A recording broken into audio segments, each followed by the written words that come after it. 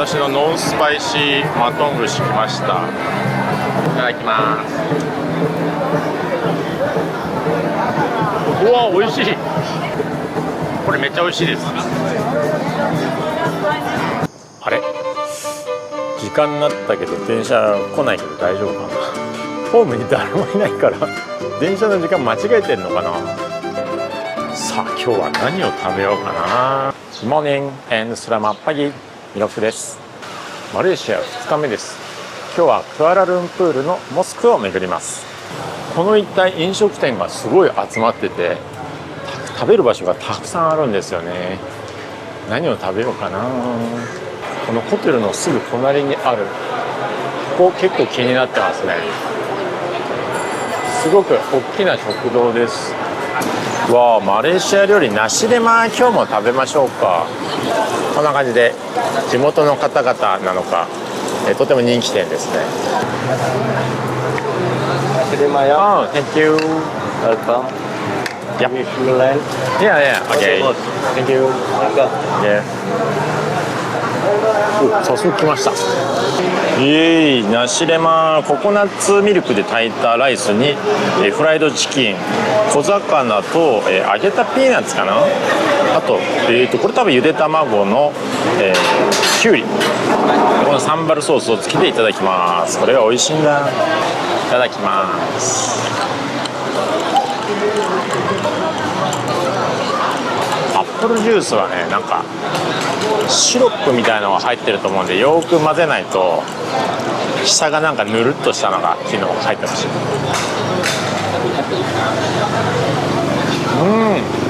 酸味が効いてて美味しい。めちゃくちゃリンゴの味するんだよね。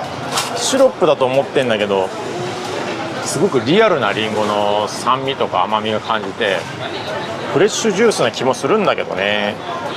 ナシレマいただきましょう。この前食べた時はこの小魚みたいなのありませんでしたね。いろんなパターンがあるっぽいです。小魚めっちゃ硬い、バリバリしてる。なんかでも日本にもこういう小魚のなんていうのおやつみたいなのありますよね。あれです。ご飯に合わない気がするけどまあいっか。このサンバルソースをつければ大体美味しいです。サンバルソースってこれなんだろうね。中に玉ねぎとかなんか野菜の残骸はありますんでそういう、煮込んだソースなのかな。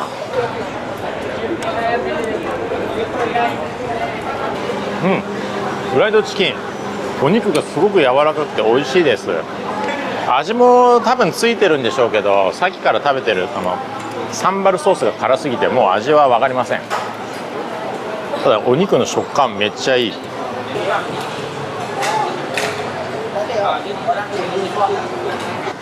ごちそうさまでした。チキンかなり美味しかったです。ただサンバルマジで辛かったんでプチン。お、そうか、隣にこれソフトクリーム屋さんがあるよ。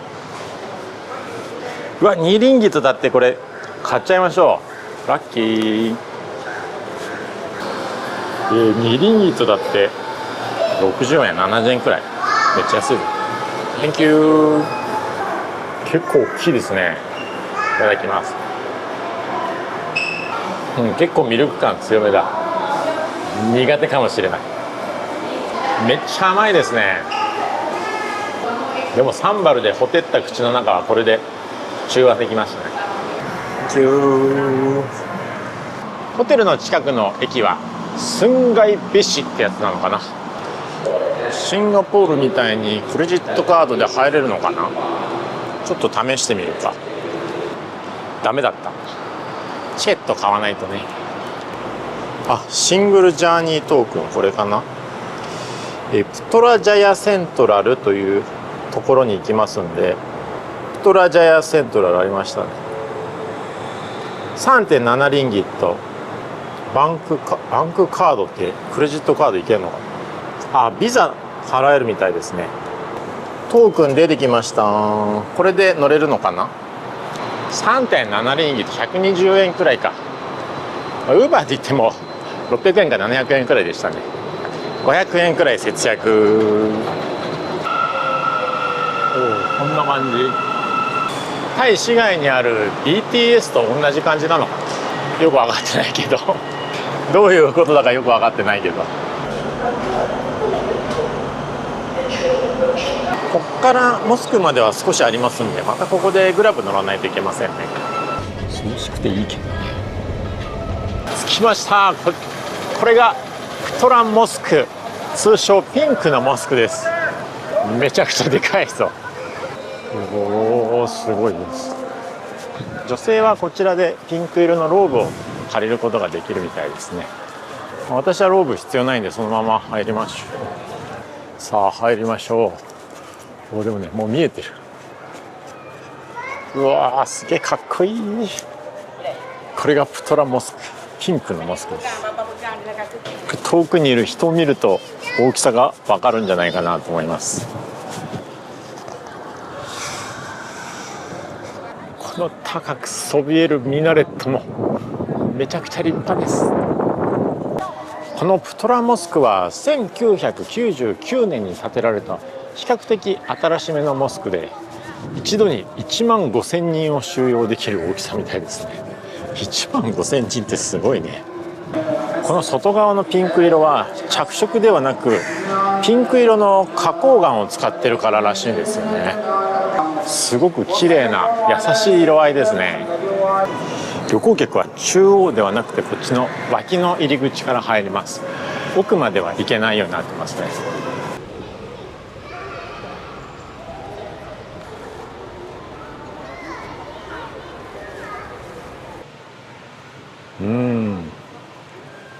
あなたがどこから来たか教えてくださいだって世界地図にピンが刺さってますね。やっぱりこっちのアジア、あとはヨーロッパ圏の人が多いっぽいですね。モスクにある照明がかっこいいんだよな。シンガポールにあったスルタンモスクでしたっけ。あそこの照明もかっこよかったですね。照明のデザインもかっこいいけど文字が彫ってあって、この間のはコーランが彫ってあったのかな。ちょっとこれは分かんないけど、あと今ここの係員の方にちょっとお話聞いたんですけど、やっぱり日本人は毎日たくさん来るみたいですね。でこのすぐ近く2キロくらい行ったところにもう一つモスクがあって、そのモスクはここのプトラモスクよりも大きいみたいです。せっかくだからそっちも行っちゃいましょう。ここもかなり大きいですけどね。ここより大きいモスクなんだって。楽しみです。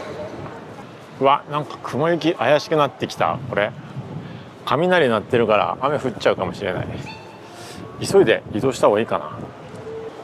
もともともう一軒離れたところのモスク行こうと思ってたけど、追加で一軒モスク行きたくて雷が鳴り始めて急がなきゃ。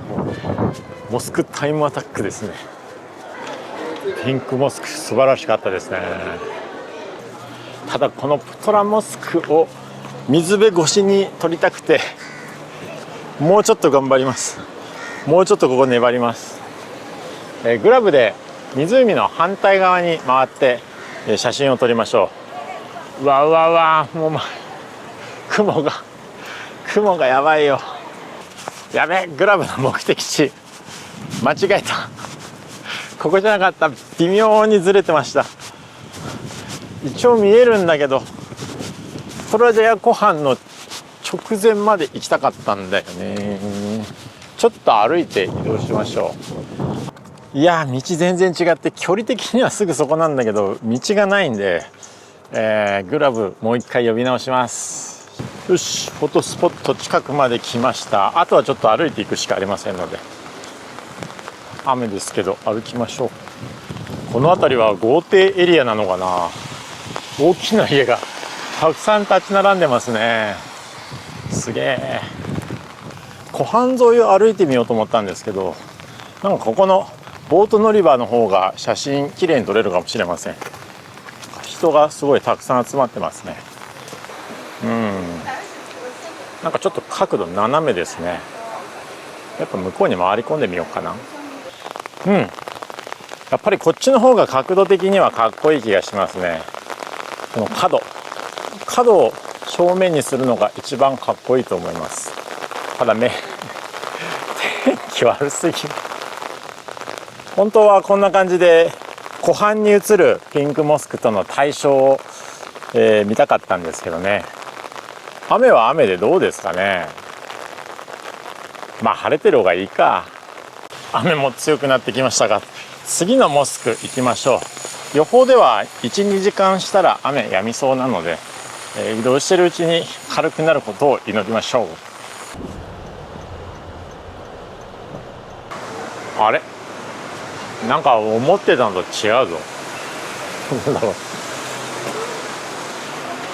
なんかモスクに来たつもりだけど、セキュリティルーム、マルチファンクションルーム、ライブラリー、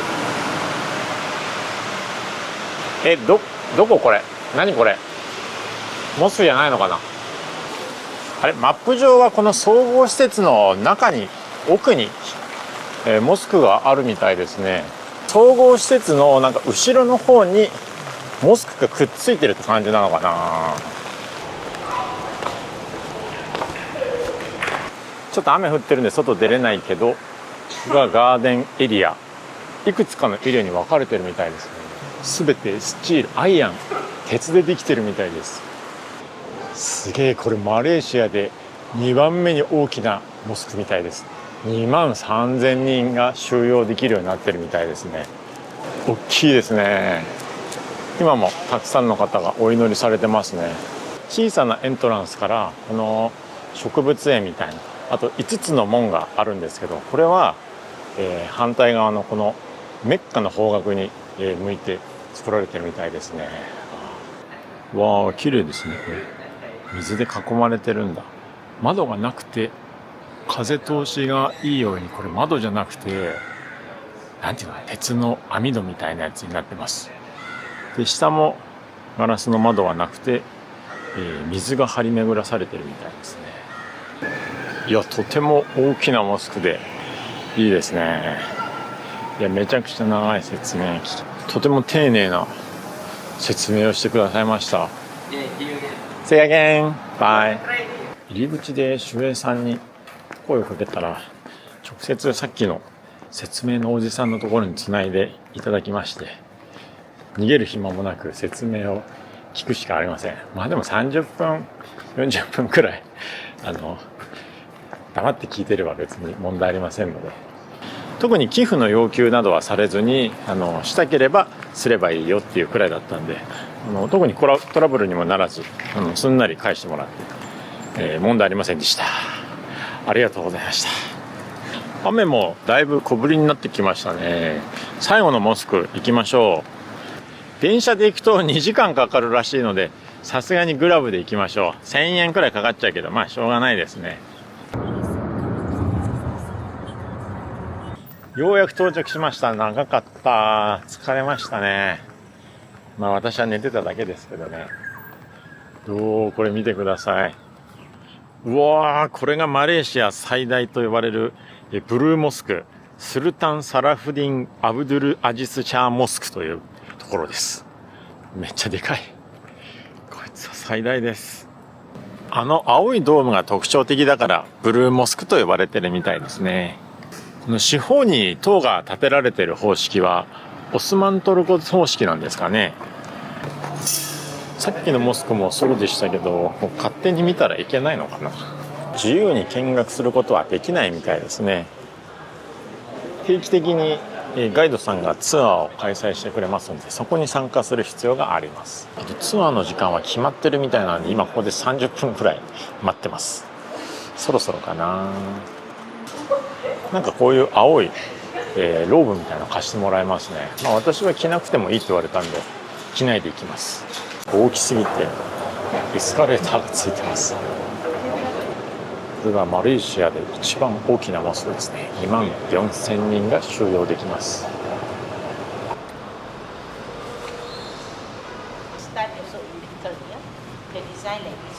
今はちょうど改装中で、ここの噴水は水が抜かれてるみたいですね。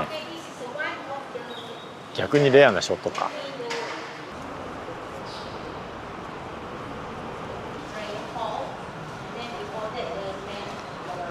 でかい。150メートル近くあるらしいですね、ドームまでの高さ。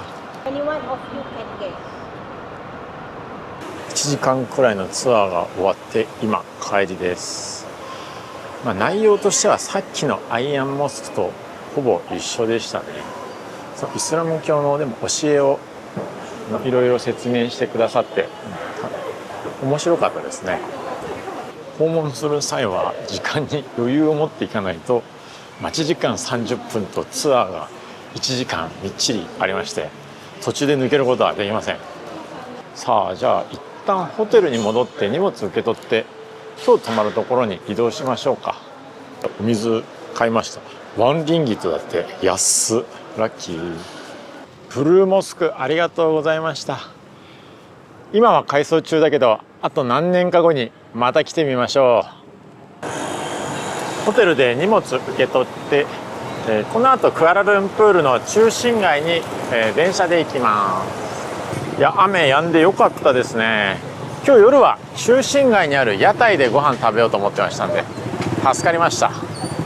また仙台別市の駅から行きます。出たー、車内めちゃくちゃ寒い。30分我慢しよう。もうそろそろホテルに着くんですけど、なんかあんまり治安は良くなさそうですね。一晩泊まるだけなんで大丈夫でしょう。ここでした。スウィング&ピローズチェックインします。今日のお部屋521です。ベッド2ついいですね。綺麗です。エアコンもありまして、デスクもあって、洗面はちっちゃいけど綺麗ですね。トイレとシャワー。まあ同室ですけど一晩だけですから問題ないでしょう。ここで1泊2000円くらいだったかな。マレーシアほんと安くて助かります。じゃあもう荷物置いたらご飯食べに行きましょう。今日夜ご飯用のお金ホテルのデポジットで使っちゃったんで、追加で50リンギットキャッシングしました。手数料15リンギット持ってかれてしまった。車渋滞しまくってて全然動かないんで歩いていきます。ここやばいですね。ここはジャランアローフードストリートって言って、クアラルンプールでどうだろう、一番にぎわってんじゃないのかなと思う、商店街です。ここでご飯食べましょう。タイのカオサンロードとかベトナムの VBN 通りとか、大体こういう通りありますよね。ここにはマレー料理だけじゃなくてインドとか中華料理もあるみたいですね。何でも選べます。美味しそう。ラムの串焼き10リンギとか安いですね。ただこのドリアン商店が多くて結構匂いはきついですね。フルーツ飴流行ってんのかな。あとはこのイカとかタコのフライがすごく多いですね。よし、ここのお店でフライドチキン買おう。揚げ直してくれてる。めっちゃ美味しそう。チキンは1本8リンギットですって。美味しそう。衣がめっちゃガリガリしてて美味しそうです。Thank you. Thank you. これだ、インドの料理ですね。めちゃくちゃ美味しそう。OK。いただきます。チキンが揚げたてだからね。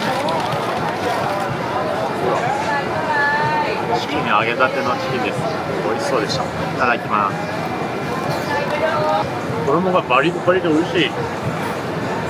皆さんパニプリご存知でしょうか。インドのご飯でなんかこういう丸く揚げたボール、なんだろう、小麦粉のボールみたいなのかな。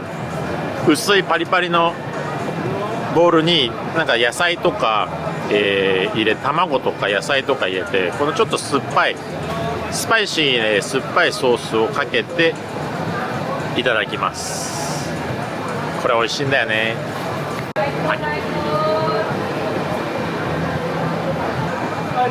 なんかいろいろ入ってる。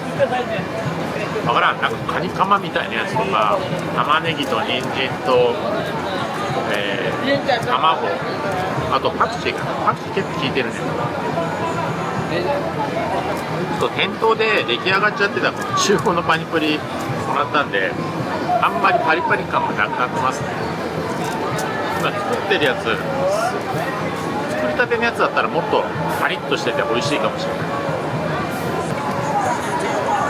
あんな感じで手で一つ一つボウルに穴を開けてます。ごちそうさまでした。いや、美味しかったです。パニプリのお店でフライドチキンのゴミ捨ててもらおうと思ったら拒否されました。パニプリしか捨ててくれなかったさっき50リンギットをキャッシングしちゃったんで、もう少しお金余ってて、あと他にも何か買ってみましょう。やっぱりこのお肉の串が気になりますんで、ラムのお肉10リンギット300円で購入です。ノンスパイシー Thank you。 私のノンスパイシーマトン串来ました。食べるとこないの、ここで食べちゃうから。いただきます。うわ、美味しい。これめっちゃ美味しいです。しかも結構大きいよね。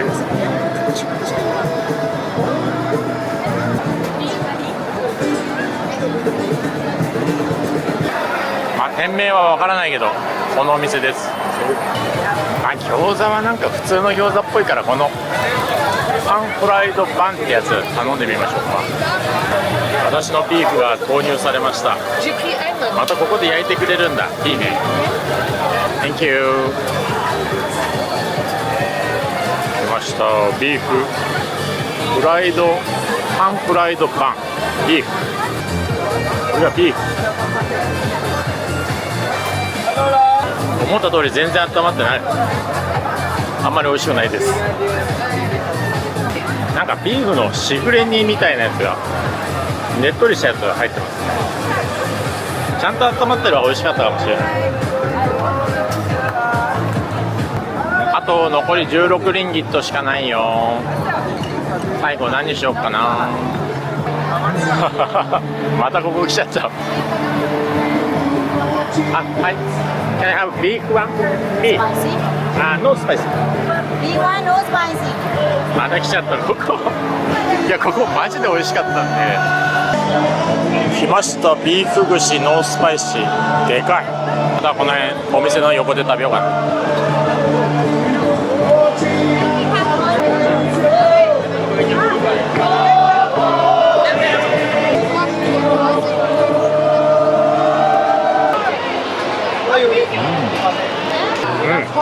ラムだけじゃない、ビーフも最高でした。このお店のお肉はめちゃくちゃ美味しいです。とりあえず食べたいものは全て食べましたんで、ホテルに戻って今日は休みましょう。明日は早起きしていくつか遊んでから日本に帰ります。それでは皆さん See you soon。 スラマッティンガー。なんだこれ、ハウスブームコーラだって。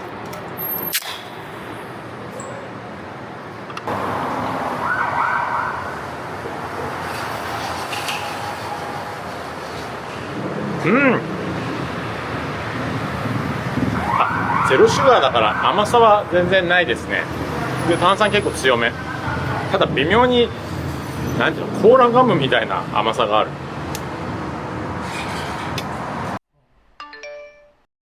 Good morning and selamat pagi。ミラクです。マレーシア3日目です。まだ日の出前で電車が動いてなかったので、先にご飯食べましょう。この近くに24時間やってるインディアンレストランがあるっぽいですね。お、やってるね。アルビダヤっていうのを行ってみましょう。あ、ちょうどお客さん来ました。じゃあ朝からコーラいただきます。あー、最高。マレーシアのコーラ、甘み全くありませんね。ゼロコークかと間違えるぐらいです。来ました、熱々のロティ。またこれ多分豆のスープと、付け合わせのカレーですね。うわー、いいね。これで2リンギットくらいですね。めっちゃ安い。いただきます。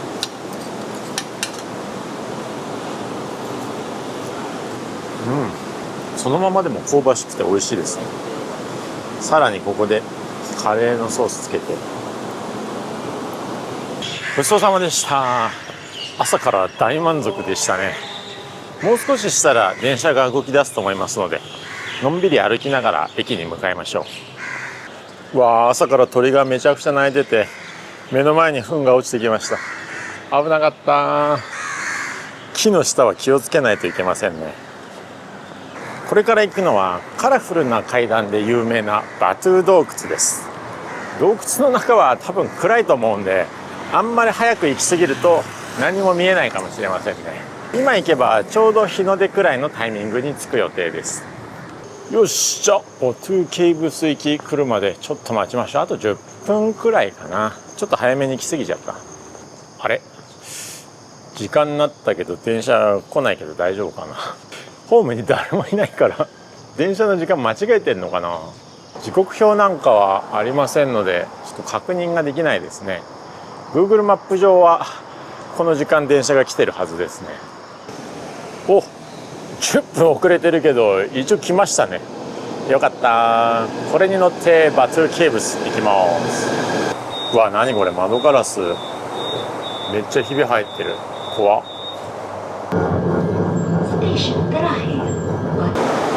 いや、相変わらず電車激寒ですね。ああ、よし、ここから歩いて5分くらいですので、マップを見ながら行きましょう。まずは手前に神様大集合のお寺みたいなのあります。めっちゃカラフル。うわ、出た、この鳩が大量にいる。こうやめて、これほんとやめてほしいな。さあ、ただ見えてきましたよ。これがバトゥー遺跡だ。結構皆さん見たことあるんじゃないですかね。この入り口に立ってる、大きな金色の像。この方はヒンドゥー教の神様ムルガンというらしいです。これ金を300リットルくらい使ってると言われてるみたいですね。とんでもないな。めちゃくちゃでかいですからね。でバトゥー洞窟に行くにはこの左側の階段を登っていく必要があります。292段あるらしいです。やばいね。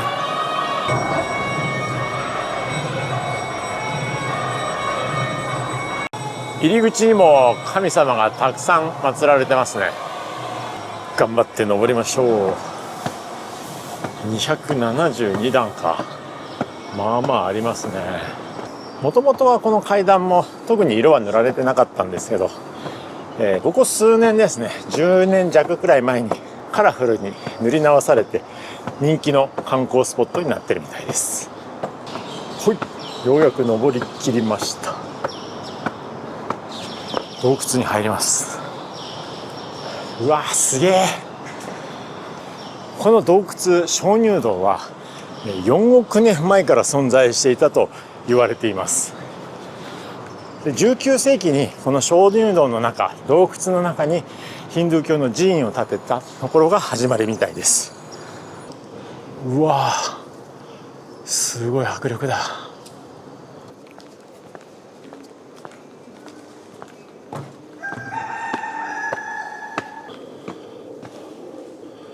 おお、天井から光が差し込んでめちゃくちゃ幻想的です。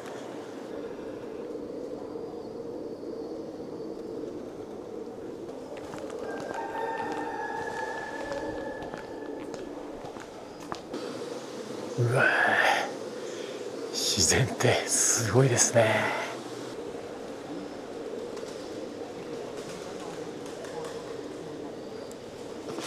まだ観光のお客さんは全然いませんので、とっても静かでいいですね。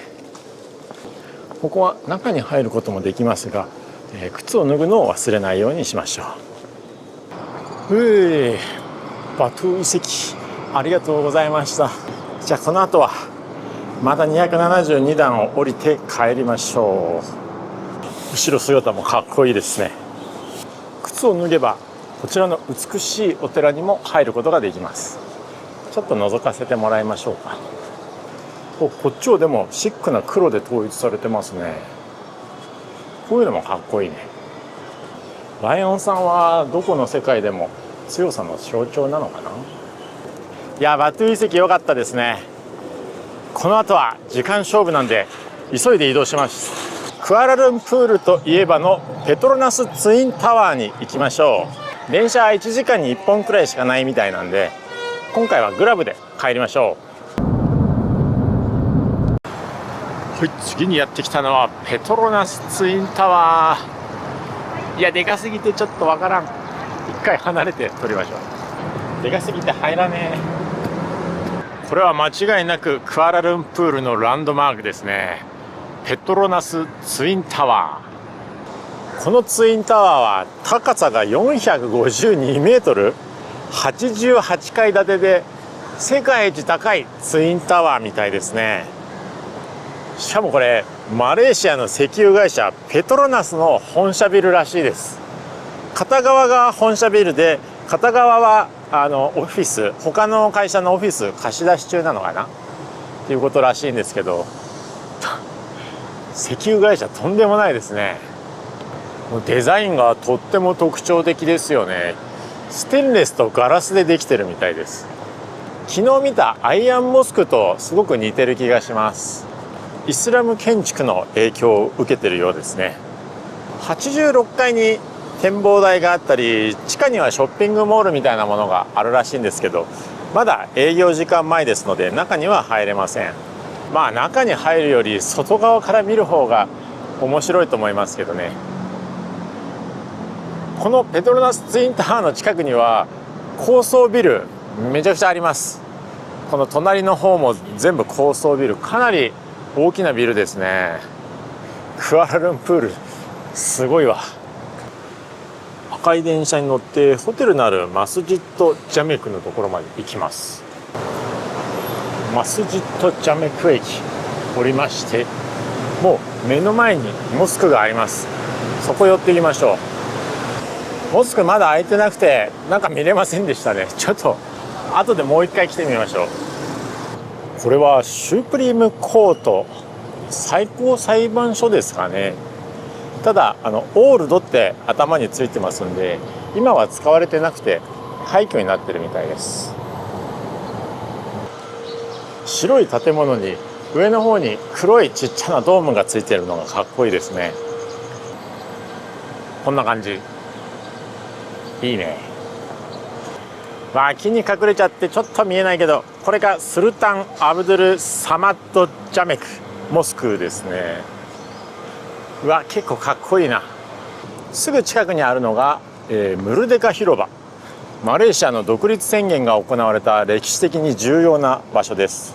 ちょっと遠いけど、ここにあるのが高さ100メートルを超えるマレーシアの巨大国旗。今日はちょっと風がなくてしょんぼりしてますね。この広大な芝生で国の式典とか行うんですかね。なんか書いてあるけど読みにくい。マスジットジャメク駅の近くにはこんな感じで歴史的な建築物がたくさんあっておすすめです。何あれ、青信号の秒数が99でカウントストップしてる。ホテルチェックアウトしてデポジットの50リンギットを手に入れました。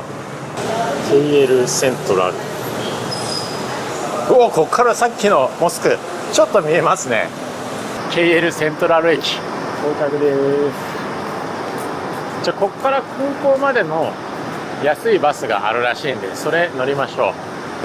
あ、ここだ、ありました。もうバス来てるかもしれない。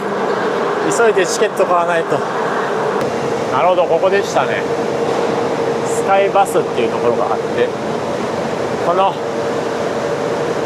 カディア2、多分、ターミナル2のことだと思います。あ、Thank you。なんか20分間隔で出てますね。よし、バス来ました。乗り込みましょう。おっと、席どこでもいいのかな。ここにしようかな。一番前。ふう。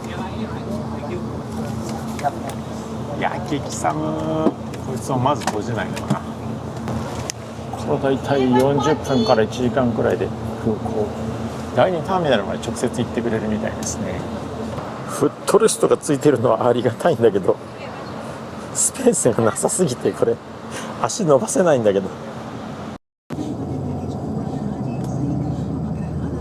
クアラルンプール国際空港第2ターミナル着きました。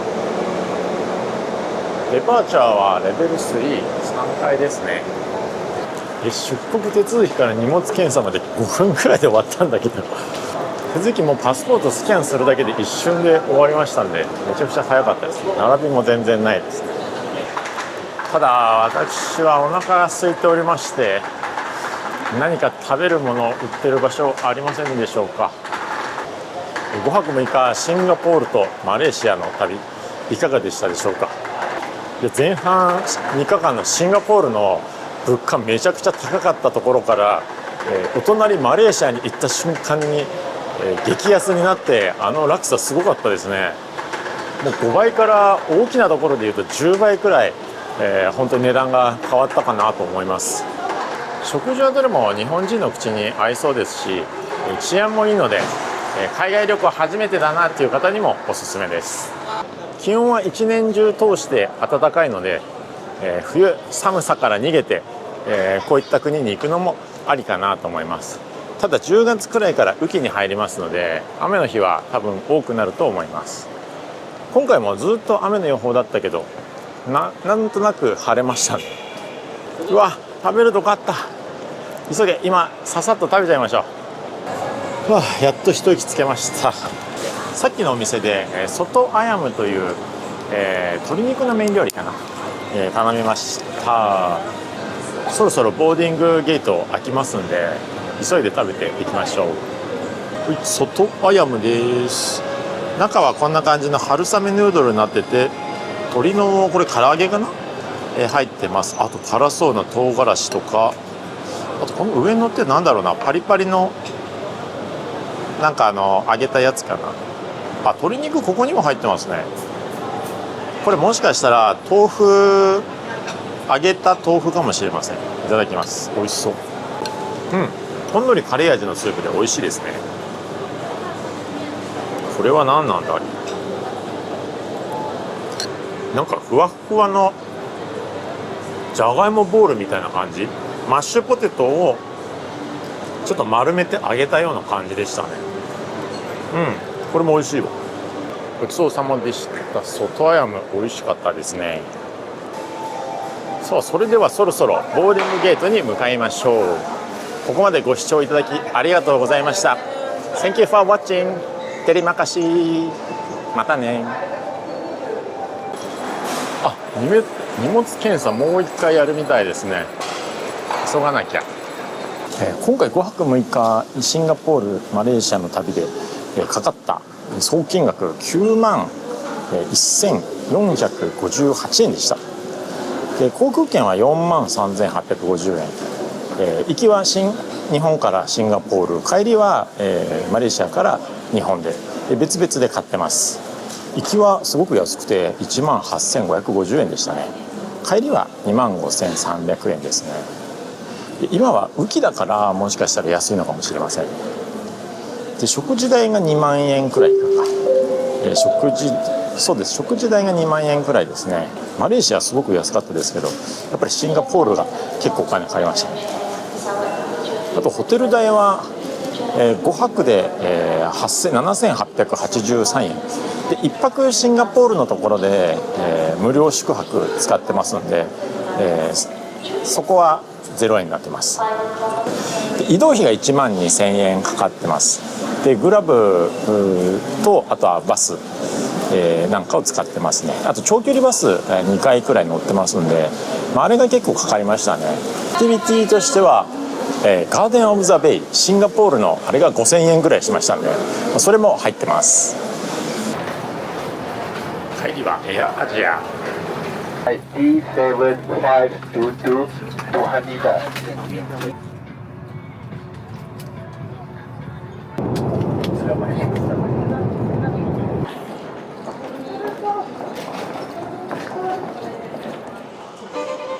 今回は中国へ行きます。昨日中国に入って上海から、チェンドゥ成都ですね、まで移動したんですけど、今日もまた電車で1日移動します。うわー、やっと着きました。ジュージャイゴーバレーのすぐ近くの宿泊施設が集まってるところかな。ほんとこの感じ、日本の温泉街みたいですよね。何らかの牛肉麺です。うわ、めっちゃ美味しそうですね。いただきます。朝8時開園で、今ちょうど8時なんですけど、すでに人がたくさんいますね。うわー、山に霧がかかっててめちゃくちゃ幻想的です。青い湖が見えてきました。めちゃくちゃ透明ですね。うわー、